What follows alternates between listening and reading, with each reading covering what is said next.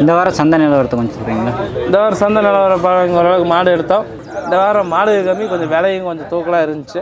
இருந்தாலும் முடிஞ்ச அளவுக்கு நல்ல மாடுகளை நம்ம கஸ்டமருக்கு எடுத்துட்டோம். அப்படி இந்த வாரம் ஒரு கஸ்டமருக்கு எடுத்தல சொல்லி சுத்தத்தில் வாங்கி கொடுங்க, நல்ல மாடை விலை கம்மியில் எனக்கு இந்த பட்ஜெட்டில் கொடுப்பாங்க. நம்ம அதுக்கு தகுந்த மாதிரி வாங்கி முடிஞ்ச அளவுக்கு கம்மியும் வாங்கி கொடுப்போம், ஒரு ரூபா 2 ரூபா எச்சும் போட்டு வாங்கி கொடுப்போம். செஃப் எடுத்தாக்கா பால் நல்லா வரும் அப்படின்ற என்ன விரும்பி கேட்குறாங்களோ, இல்லை இப்போ ஒரு ஆள் நான் சொன்னால் ஒரு பொருளாதாரத்தில் ஒரு வெயிட்டான ஆள் வராங்கன்னா அவங்களுக்கு அது மேனேஜ்மெண்ட் பண்ண தெரியும். பொருளாதாரத்தில் கம்மியாக இருக்கவங்க போய் எனக்கு எச்சப் மாடு தான் வேணும்பாங்க, அதை வாங்கி கொடுத்தா மாடு ஃபெயிலியர் ஆகிடுது, அவங்களால பக்குவம் பண்ண தெரியாது.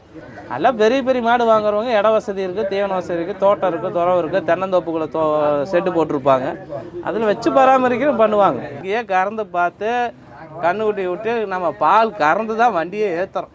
பாலை கறந்து தான் ஏன்னா பாலை கறக்காமல் மடி பெருசாக போட்டு ஏற்றி விட்டோம்னா அங்கே போனால் மடி நோய் வந்துடும், மடி வீங்குச்சுன்னா மடி நோய் வந்துடும். அதனால் இங்கேயே பாலை கறந்து பார்த்துட்டு மடியை ஏற்றும், சுத்த பாலை கறந்து விட்டு ஏற்றுவோம். இனி வரப்போகிற வீடியோவில் பார்த்தீங்கன்னா நம்ம பண்ணையிலேயும் மாடு எடுக்கிறத காமிக்கலாம், வெளியே பண்ணையில் எடுத்துறதும் பார்க்கலாம். இனி அது போக வந்து சிந்தாமணிலையும் அடுத்த வாரத்தில் இருந்து மாடு எடுக்கிறோங்க.